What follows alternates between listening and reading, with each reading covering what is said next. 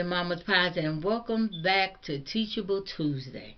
It is a pleasure coming to your forefront once again. Grace and Mercy did it again, woke me up and started me on my way. And if you're looking at me, he did the same for you. Let's tell that God up above, thank you for another precious day of life. Comment, like, and share. Everybody needs to hear an inspiring Bible story for an encouraging message. Hit the notification bell so every time I upload content, you'll be notified. And then subscribe and become part of this beautiful pie family. So good morning, Mama's Pies. Good morning. It's going to be partly cloudy but fair. But get out and enjoy it anyway. And today we are going to come from our 101 favorite stories from the Bible. And this week's story is Naaman is Healed, a faithful little slave girl.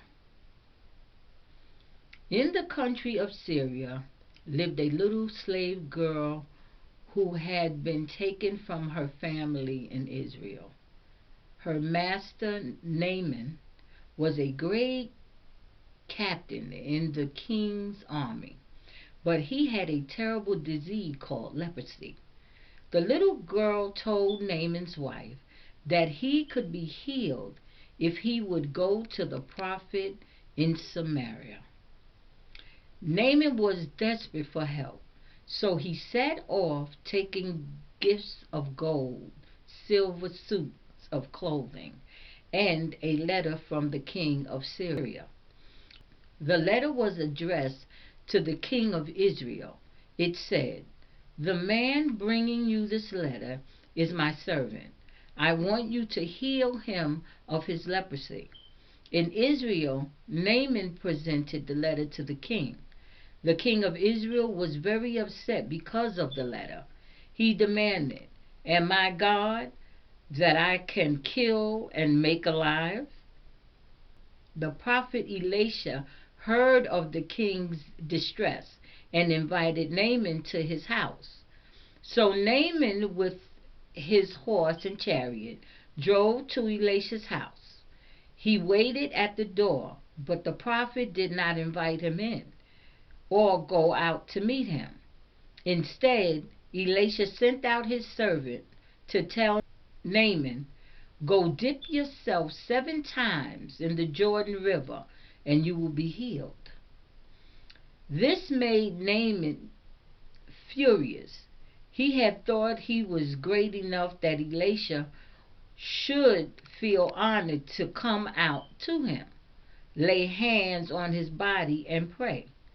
He could easily give up great riches to be healed, but it was much harder to give up his pride. God had seen the pride in Naaman's heart. He wanted Naaman to learn to be humble and obedient to him.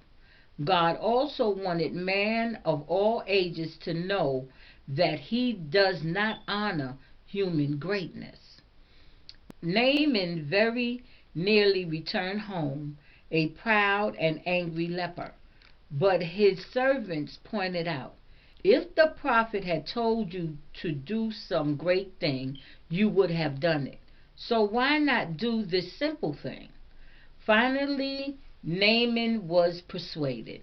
He dipped 7 times in the Jordan River, and his skin became as healthy as a little child's. Humble Naaman declared, "Now I know that there is no God except the God of Israel. I will worship only him." And that story came from 2 Kings chapter 5. And the Bible reading says, "And he put forth his hand and touched him, saying, I will be thou clean. And immediately the leprosy departed from him." Luke 5:13. And the first question asks, how did Naaman learn about the prophet in Israel? From a little girl who told Naaman's wife. How many times was Naaman to dip in the Jordan River? Incorrect, 7 times. Was Naaman glad he obeyed? Yes, he was. He was glad that he obeyed Elisha and dipped 7 times, because at first he wasn't going to do it. But he was obedient, and in his obedience, he became healed. So, Mama's Pies, that is the story of Naaman is healed, a faithful little slave girl. And this is the picture of Naaman in the water.